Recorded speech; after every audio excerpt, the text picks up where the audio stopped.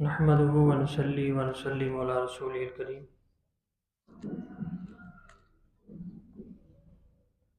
أما بعد فأعوذ بالله من الشيطان الرجيم. بسم الله الرحمن الرحيم. قال الله تعالى في القرآن المجيد والفرقان الحميد: وما الحياة الدنيا إلا لعب ولهو وللدار الآخرة خير للذين يتقون أفلا تعقلون. صدق الله العظيم. إن الله وملائكته يصلون على النبي يا أيها الذين آمنوا صلوا عليه وسلموا تسليما. اللهم صل على سيدنا ومولانا محمد وعلى آل سيدنا ومولانا محمد وبارك وسلم وصلي عليه. رب اشرح لي صدري ويسر لي أمري واحلل عقدة من لساني يفقهوا قولي. اللہ جل مجدہ کی حمد و ثنا اور حضور نبی مکرم رؤوف الرحیم علیہ الصلاۃ والتسلیم کی ذات والا صفات پر ہدیہ درود و سلام پیش کرنے کے بعد دعا ہے کہ اللہ تعالیٰ میری اور آپ کی حاضری قبول فرمائے. آج کے اس مقدس دن کی برکتیں اور رحمتیں ہمارے شامل حال فرمائے. معزز سامعین، ناظرین اور حاضرین، آج کی جمعۃ المبارک کی گفتگو میں آپ کے سامنے فکر آخر کے حوالے سے چند آیات مبارکہ اور احادیث طیبہ آپ کے سامنے رکھوں گا. اللہ تعالی ہم سب کو عمل کی توفیق عطا فرمائے. میں نے آپ کے سامنے سورۃ الانعام کی آیت نمبر 32 تلاوت کی ہے، جس میں اللہ تعالیٰ نے اس دنیا کی بے ثباتی کو بیان کیا ہے اور کس قدر انسان اس دنیا کے دھوکوں میں پڑا ہوا ہے. جس کو یہ حقیقت سمجھتا ہے جو کہ حقیقت نہیں ہے، محض خواب کی طرح ہے. اور یہ انسان کو معلوم تب ہوگا جب اس کی آنکھیں بند ہو جائیں گی تو پھر آنکھیں کھلیں گی. اللہ رب العزت نے ارشاد فرمایا: وَمَا الْحَيَاةُ الدُّنْيَا إِلَّا لَعِبٌ وَلَهْوٌ. کہا کہ یہ دنیا جو ہے یہ محض کھیل کود ہے، اس کے سوا اور کچھ نہیں ہے. یعنی اس کی حقیقت بس اتنی ہی ہے. انسان کی حیات چند روزہ جو ہے اور یہ دنیا کا سارا کچھ، جس کی چکا چوند اور یہ دنیا کی خوبصورتی، اس کی رنگینی جو انسان کے دلوں کو لبھاتی ہے اور جس کے دھوکے میں آ کے میں اور آپ اپنی آخرت کو بھول جاتے ہیں، جو کہ ایک دائمی زندگی ہے، جو کہ اصل حیات ہے. تو اس دنیا میں کھیل کود میں کہا کہ یہ محض ایک کھیل ہے، تو وہ شخص کتنا بیوقوف ہے جو ایک کھیل کو حقیقت سمجھے اور اس میں اپنی ساری زندگی برباد کر دے،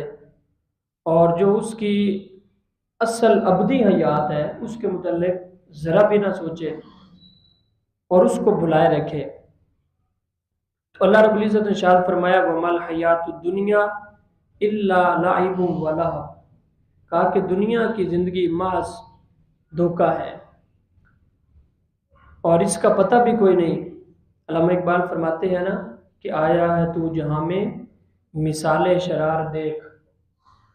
آیا ہے تو جہاں میں مثال شرار دیکھ، دم دے نہ جائے ہستی نہ پائیدار دیکھ. یعنی آپ دیکھیں ایک شعلہ بھڑک رہا ہوتا ہے نا آگ کا، تو اس کا کوئی پتہ نہیں چلتا. جو ایک دم بھڑک رہا ہے اچانک وہ بجھ جائے، تو انسان کی زندگی بھی اس شعلے کی مانند ہے. آیا ہے تو جہاں میں مثال شرار دیکھ۔ تو علامہ اقبال فرماتے ہیں تیری مثال بھی اس آگ کے شعلے کی طرح ہے۔ فرماتے ہیں کہ آیا ہے تو مثال شرار دیکھ، کہا کہ تیری زندگی کی مثال بھی اس شعلے کی طرح ہے اور کچھ بھی نہیں ہے۔ دم دے نہ جائے ہستی یہ نہ پائیدار دے، کہا کہ یہ ہستی جو ہے یہ اس شعلے کی طرح نہ پائیدار ہے، جس طرح اس کا کوئی پتہ نہیں لگتا، کس لمحے وہ بجھ جائے، اچانک جلتا جلتا وہ بجھ جائے۔ تو کہا کہ انسان کی حقیقت بھی اس کے سوا اور کچھ نہیں ہے۔ تو ایک شعر میں علامہ اقبال نے انسان کی اس ہستی کا خلاصہ بیان کر دیا ہے۔ آیا ہے تو جہاں میں مثال شرار دیکھ، دم دے نہ جائے ہستی نہ پائیدار دیکھ۔ تو اللہ رب العزت نے ارشاد فرمایا وَمَا الْحَيَاةُ الدُّنْيَا إِلَّا لَعِبٌ وَلَهْوٌ، کہا کہ یہ دنیا کی زندگی، یہ حیات چند روزہ، یہ سوائے کھیل اور کود کے اور کچھ نہیں ہے۔ وَلَدَّارُ الْآخِرَةُ خَيْرٌ، کہا کہ آخرت کا گھر ہی حقیقت میں اچھا ہے، اور وہی حقیقت ہے لِلَّذِينَ، ان لوگوں کے لیے یتقون، جو اس کی فکر رکھتے ہیں،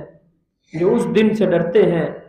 افلا تعقلون، تو اللہ فرماتا ہے کہ کیا تم عقل نہیں رکھتے، تم غور نہیں کرتے، تم سوچتے نہیں ہو، تم فکر نہیں کرتے۔ یہاں پہ ایک بات کی طرف میں آپ کو توجہ دلانا چاہتا ہوں۔ اگر میں اور آپ ایک لسٹ بنائیں جس میں ہم 5 ٹاپ کی اپنی زندگی کی پریشانیاں یا دکھ اس کے اوپر لکھیں، غم لکھیں، جو 5 غم ہیں انسان کو، کہ یہ میری دنیا کا سب سے بڑا دکھ ہے، یہ میرا سب سے بڑا غم ہے، یا یہ میری سب سے بڑی خواہش ہے۔ 5 پریشانیاں ہم اپنی زندگی کی لکھیں، میرا یہ مسئلہ حل ہو جائے سب سے پہلے۔ دوسرے نمبر پہ میں چاہتا ہوں کہ یہ میرا مسئلہ حل نہیں ہو رہا، اللہ سے دعائیں بھی کرتا ہوں کہ یہ میرا مسئلہ حل ہو جائے۔ تیسری پریشانی یہ نہیں حل ہو رہی، چوتھی یہ نہیں ہو رہی، 5ویں یہ نہیں ہو رہی۔ اگر ہم 5 ایسی چیزوں کی لسٹ اور فہرست بنائیں اور اس میں ہم اپنی ان پریشانیوں کو لکھیں جو ہم ان پریشانیوں کا ہم اللہ سے حل چاہتے ہیں، اور ہر وقت وہ 2 میں رہتے ہیں، اللہ سے دعا کرتے ہیں، جب وہ ہم بنا لیں تو اس کے بعد دیکھیں کہ کیا ان 5 ٹاپ کی پریشانیوں میں جو سب سے اوپر آئی ہیں، جن سے ہم چھٹکارا چاہتے ہیں اور اللہ سے چاہتے ہیں کہ اللہ وہ ہماری پریشانیاں حل کر دے، کیا ان میں کہیں یہ پریشانی بھی ہم نے لکھی ہے کہ مجھے آخرت کی پریشانی ہے؟ اگر یہ ان میں نہیں ہے تو سمجھ لیں کہ پھر اللہ رب العزت نے جو فرمایا کہ الا لعب ولہو، تو ہم بھی کھیل کود میں ہیں۔ افلا تعقلون، کہا کہ تم عقل نہیں رکھتے، تم غور و فکر نہیں کرتے۔ یعنی جو سب سے بڑی پریشانی ہونی چاہیے تھی، جو سب سے بڑا مسئلہ سب سے اوپر نمبر 1 پہ ہونا چاہیے تھا کہ یہ مسئلہ میرا حل ہو جائے، ہم اگر لسٹ بنائیں اور ان میں یہ پریشانی نہ ہو، آخرت کی پریشانی نہ ہو، اللہ کی بارگاہ میں جواب دینے کی، اپنی بخشش اور مغفرت کی پریشانی نہ ہو کہ قیامت کی ذلت اور رسوائی سے اللہ مجھے بچا لے، یہ بھی میری پریشانی ہے، اور ہم اپنی زندگی کی اس فہرست میں اگر اس کو پہلی 5 میں یہ کہیں بھی نہیں رکھتے، تو پھر مجھے اور آپ کو غور کرنا ہے کہ ہماری جو ترجیحات ہیں وہ کیا ہیں۔ جو سب سے اوپر ہونی چاہیے تھی وہ اس پوری فہرست میں اور پوری لسٹ میں کہیں نہیں ہے۔ اللہ رب العزت شاہ فرماتے ہیں سورۃ التوبہ کی آیت نمبر 38 ہے، اَرَضِیتُم بِالْحَیَاةِ الدُّنْیَا مِنَ الْآخِرَةِ، فرمایا کہ کیا تم واقعی آخرت کے بدلے میں دنیا کی زندگی پر راضی ہو گئے ہو؟ اللہ تعالیٰ کا یہ سوالیہ انداز ہے انسان کو جوڑنے کے لیے، اَرَضِیتُم بِالْحَیَاةِ الدُّنْیَا مِنَ الْآخِرَةِ، کہا کہ کیا واقعی تم آخرت کے مقابلے میں دنیا کی زندگی پر راضی ہو گئے ہو؟ اسی کو سب کچھ سمجھ لیا ہے اور اس کی فکر کی بجائے تمہیں اس کی فکر زیادہ ہے، اس کو سنوارنے کی بجائے اس کو زیادہ سنوارتے ہو، اس کے لیے کچھ اکٹھا کرنے کی بجائے اس دنیا کے لیے زیادہ اکٹھا کر رہے ہو، اور وہاں آگے بھیجنے کی بجائے سارا کچھ اس کے لیے کر رہے ہو۔ کیا واقعی؟ تو اللہ فرماتا ہے اگر واقعی تم ایسے ہو تو سن لو، فَمَتَاعُ الْحَیَاةِ الدُّنْیَا فِی الْآخِرَةِ، کہا کہ آخرت کے مقابلے میں پھر یہ دنیا کا سارا جو مال و متاع ہے جو تم نے جمع کیا ہے، الا قلیل، بہت تھوڑا ہے، اس کے مقابلے میں اس کی کوئی حیثیت نہیں ہے۔ اردیتم بالحیات الدنیا من الاخرۃ، اللہ فرماتا ہے کیا واقعی تمہارے دل کی حالت یہ ہے، تمہاری زندگی کی حالت یہ ہے کہ آخرت کے مقابلے میں تم نے دنیا کو ترجیح دے لی ہے اور اس میں تم راضی ہو گئے ہو، اور زیادہ محنت ادھر کرنی چاہیے کہ وہ ہماری جو لمبی زندگی ہے وہ بہتر ہو جائے، اگر اس کی کوئی پرواہ نہیں ہے۔ اور 24 گھنٹوں میں جس طرح میں نے کہا کہ ایک فہرست وہ بنائیں کہ ہماری جو زندگی کی 5 سب سے بڑی پریشانیاں ہیں جو ہر وقت لاحق رہتی ہیں کہ یہ میری پریشانی حل ہو جائے، یہ حل ہو جائے، یہ حل ہو جائے، تو ان میں کیا کہیں یہ آخرت کی پریشانی بھی آتی ہے کہ نہیں آتی؟ اسی طرح پھر ایک لسٹ یہ بنا لیں کہ ہم 24 گھنٹے گزارتے ہیں تو اس میں کتنا وقت ہم اس دنیا کو سنوارنے کے لیے لگاتے ہیں اور کتنا وقت ہے جو اس ابدی زندگی کو سنوارنے کے لیے لگاتے ہیں، تو انسان کے سامنے ہر چیز واضح ہو جائے گی کہ وہ اس کو زیادہ ترجیح دے رہا ہے یا اس کو زیادہ ترجیح دے رہا ہے۔ آگے ایک اور آیت سنیں، یعلمون ظاہرا من الحیات الدنیا وہم عن الآخرۃ غافلون۔ یعلمون، اللہ رب العزت نے یہاں پہ پھر انسان کو توجہ دلائی، یعلمون ظاہرا من الحیات الدنیا، اللہ فرماتا ہے کہ لوگ صرف دیکھتے ہیں اس ظاہری دنیا کو، من الحیات الدنیا، یعلمون ظاہرا، جو کچھ ظاہر ہے، اپنے جسم کو، اپنے گھر بار کو، اپنے مال و متاع کو، اپنی دولت کو، اپنے کاروبار کو، بزنس کو، اپنے گھر کو، سکون کو، کہا کہ اس ظاہری دنیا کو، من الحیات الدنیا، اس دنیا کا جو کچھ ظاہر ہے اس کو صرف دیکھتے ہو،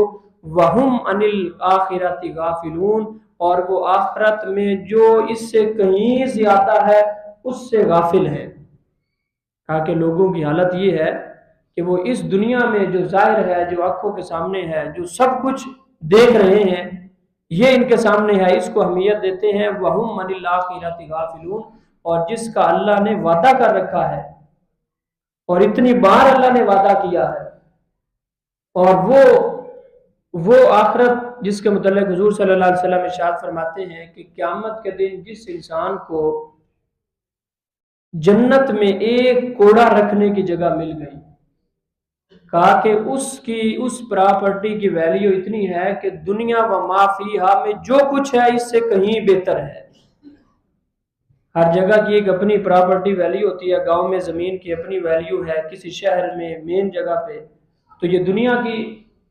جگہ کی زمین کی ویلیو ہے۔ تو اسی طرح جو جنت کی پراپرٹی ہے اس کی ویلیو اللہ رب العزت نے بیان کی ہے، کہا کہ جس کو جنت میں اتنی جگہ صرف مل جائے، ایک کوڑا اس میں رکھ سکے،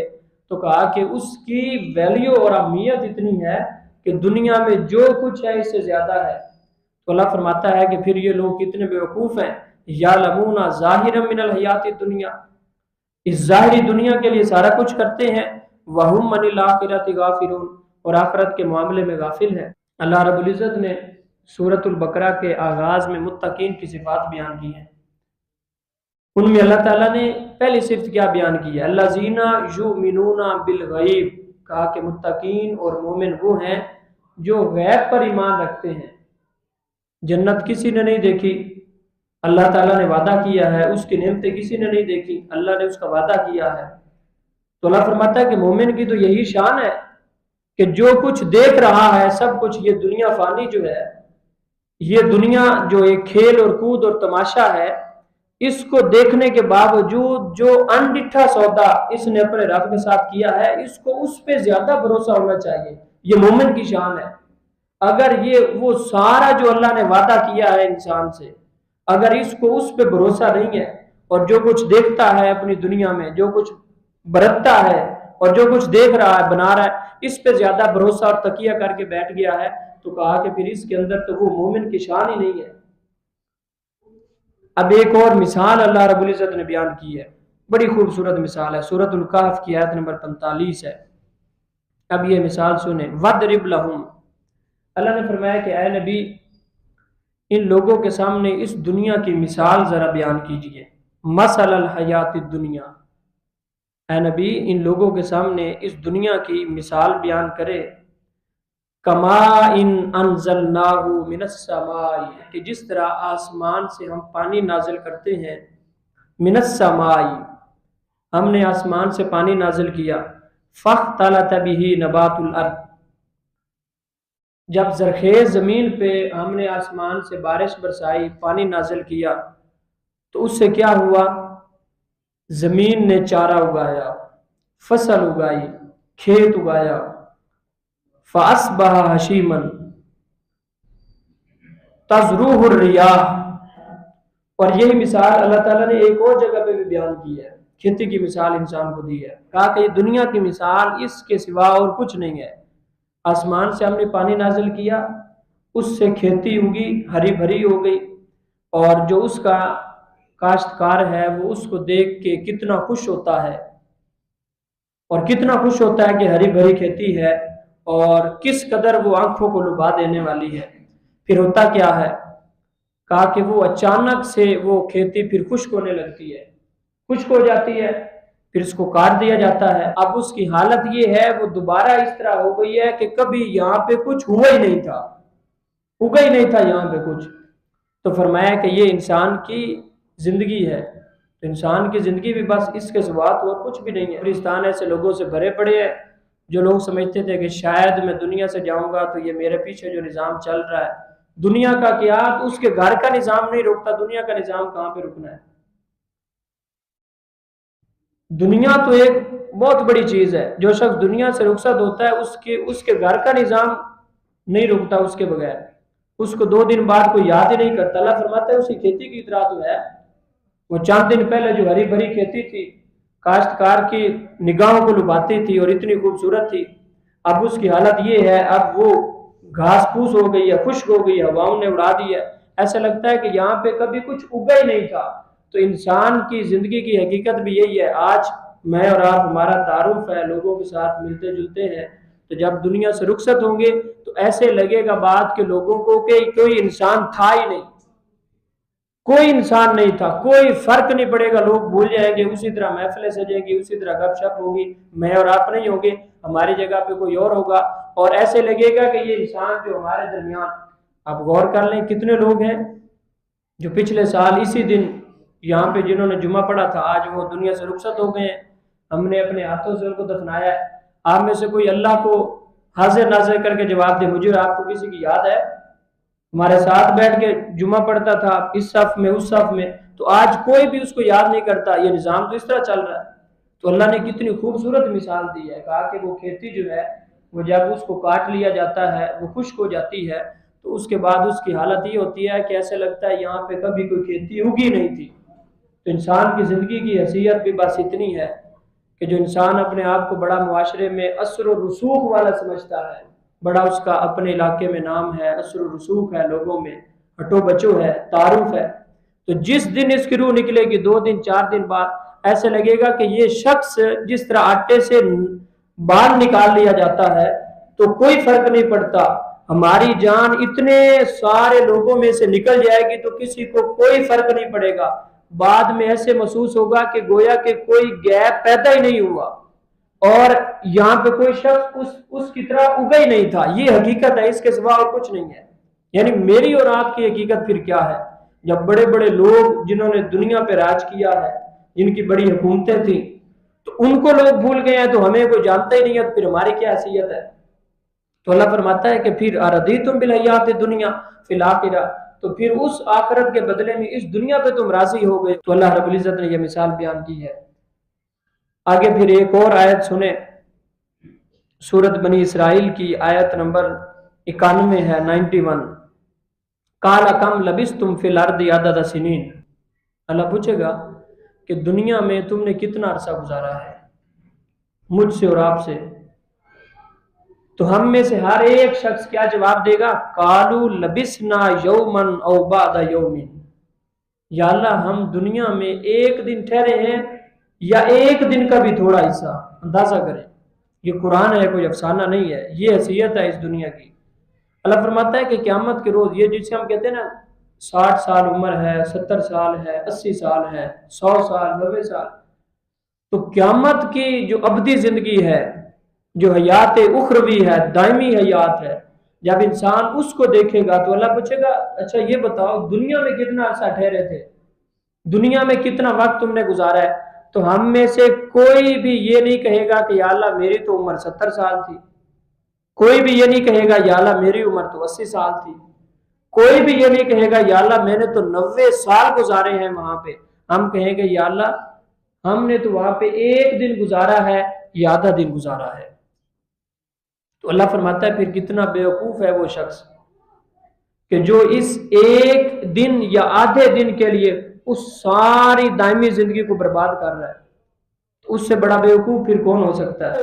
اس زندگی کو دیکھ کے اس کو لگے گا ہی اتنا کہ یہ جو میں نے زندگی گزاری تھی یہ تو اتنی مختصر تھی، اس کے مقابلے میں صرف ایک دن، یومن او بعد یومن۔ اور پھر کہیں گے فاسأل العادین، یا اللہ یہ ان گننے والوں سے پوچھ لے۔ تو پھر وہ شخص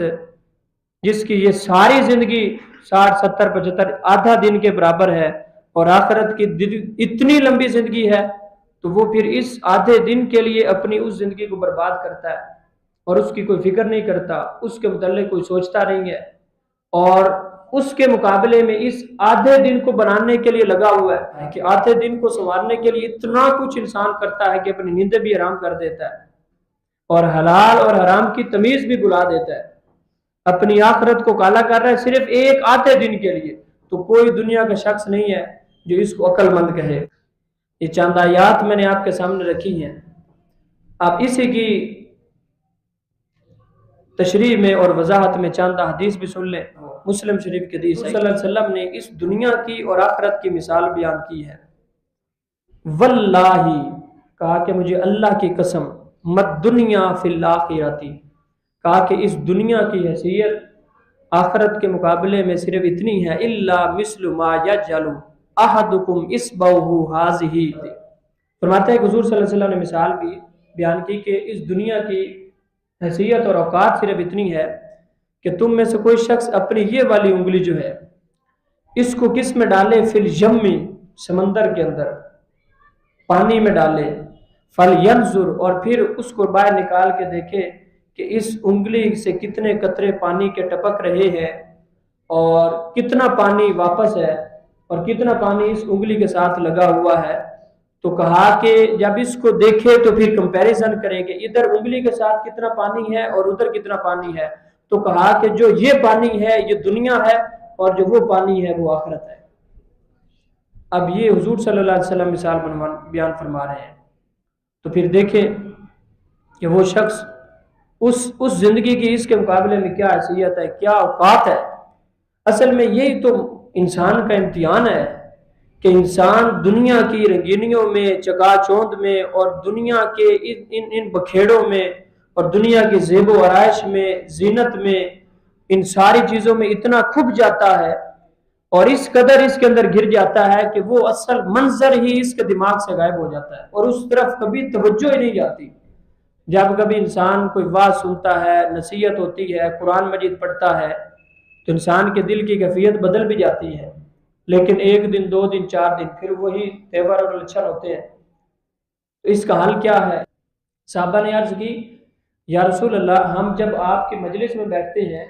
تو ہمارے دل کی جو کیفیت ہوتی ہے جب آپ کی مجلس سے اٹھ کے جاتے ہیں بازاروں میں تو وہ دل کی کیفیت نہیں رہتی۔ اندازہ کریں، وہ تو صحابہ ہیں اور باتیں کس کی سنتے ہیں؟ رسول اللہ کی۔ یعنی یہ ایک فطرت ہے، یہ نیچرل چیز ہے۔ صحابہ جیسے لوگ فرماتے ہیں کہ یا رسول اللہ جب ہم آپ کے مجلس میں بیٹھتے ہیں، آپ کی گفتگو سنتے ہیں تو ہمارے دل کی دنیا بدل جاتی ہے، ہمارے دل کی کیفیت اور ہوتی ہے، لیکن جب آپ کی مجلس سے اٹھ کے بازاروں میں جاتے ہیں، اپنے کام کاج میں مصروف ہوتے ہیں، ہمارے دل کی کیفیت پھر وہ نہیں رہتی۔ تو پھر کیا ہے؟ حضور صلی اللہ علیہ وسلم نے ارشاد فرمایا کہ اگر تمہارے دلوں کی کیفیت وہی رہے جو میری مجلس میں ہوتی ہے تو فرشتے تم سے گلیوں میں مصافحہ کریں۔ اب بتانا یہ مقصود ہے کہ جب صحابہ فرماتے ہیں کہ ہماری حالت یہ ہوتی ہے کہ جب حضور کی محفل میں، مجلس میں بات سنتے ہیں، حضور کی باتیں سنتے ہیں، گفتگو سنتے ہیں تو ہمارے دلوں کی کیفیت بدل جاتی ہے، جب دنیا میں جاتے ہیں تو پھر اسی طرح ہو جاتے ہیں۔ تو پھر میری اور آپ کی کیا حیثیت اوقات ہے؟ ہم بھی جب قرآن پڑھے، یہ فکر آخرت کی، موت کی آیات سنیں، واعظ و نصیحت سنیں، دنیا کی بے ثباتی کو دیکھو تو ایک دم انسان کی دل کی کیفیت بدل بھی جاتی ہے کہ یار یہ تو باتیں تو قرآن کی آیات ہیں اور اللہ ہمیں کدھر جھنجھوڑ رہا ہے اور ہم تو سوئے ہوئے تھے،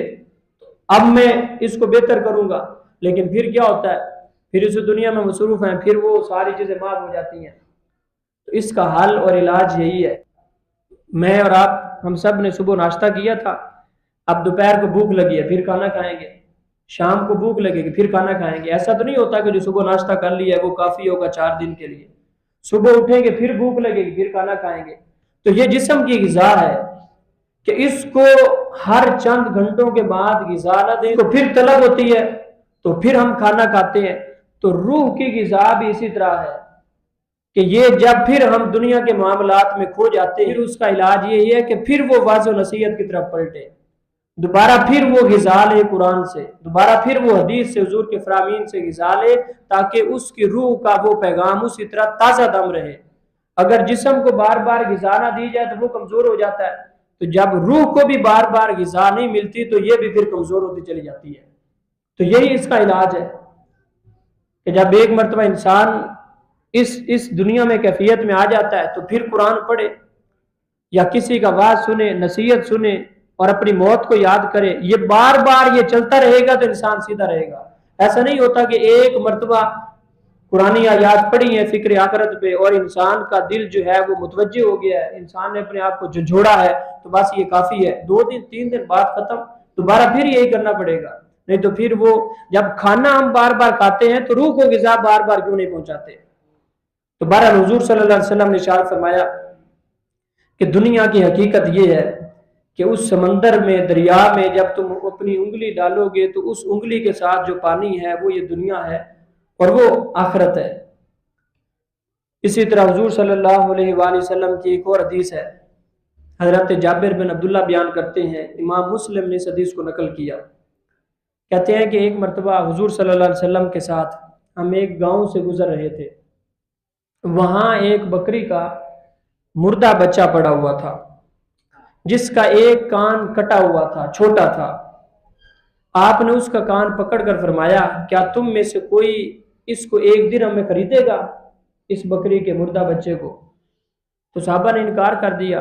تو کہا یا رسول اللہ ایسا تو کوئی بھی نہیں کر سکتا کہ مردار اور مردہ جانور کو کوئی اپنی رقم دے کے خریدے۔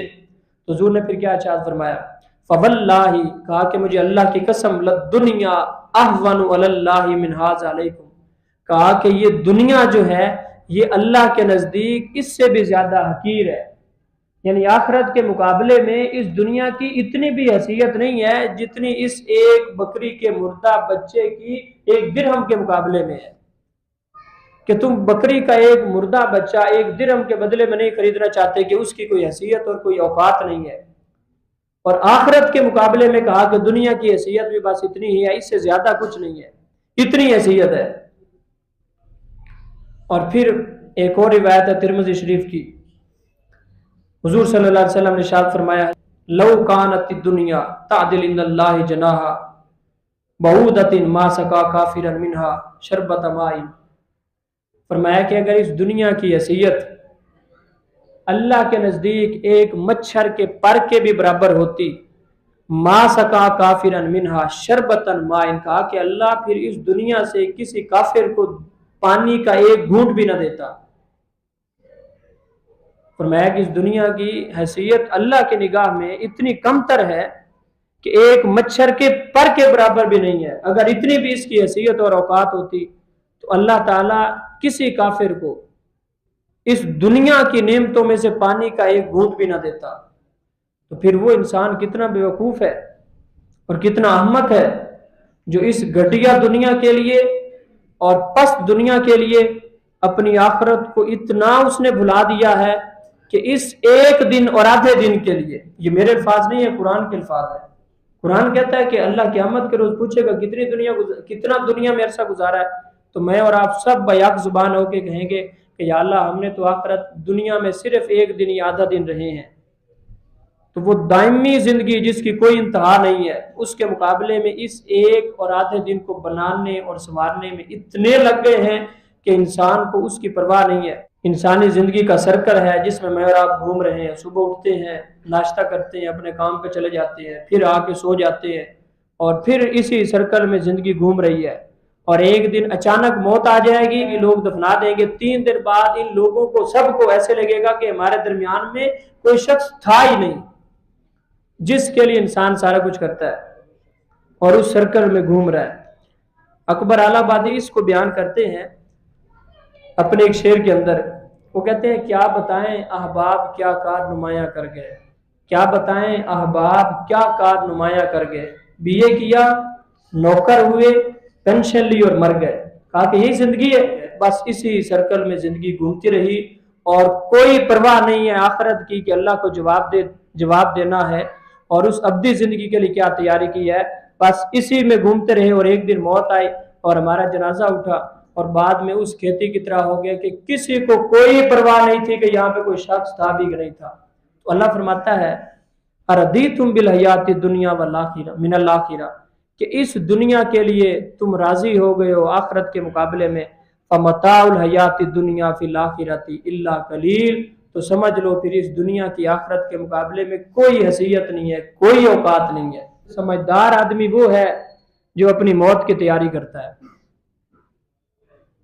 جس کو اپنی موت کی فکر نہیں ہے، جو اپنی آخرت کی زندگی کی دائمی زندگی کی تیاری نہیں کرتا، وہ جو کچھ مرضی کر لے۔ حضور فرماتے ہیں کہ اس دنیا کے پیمانے میں عقل مند ہو سکتا ہے، اللہ کی نگاہ میں یہ کوئی عقل مندی نہیں ہے۔ اللہ رب العزت سے دعا ہے اللہ تعالی ہم سب کو فکر آخرت سے فرمائے۔ وآخر دعوانا الحمدللہ۔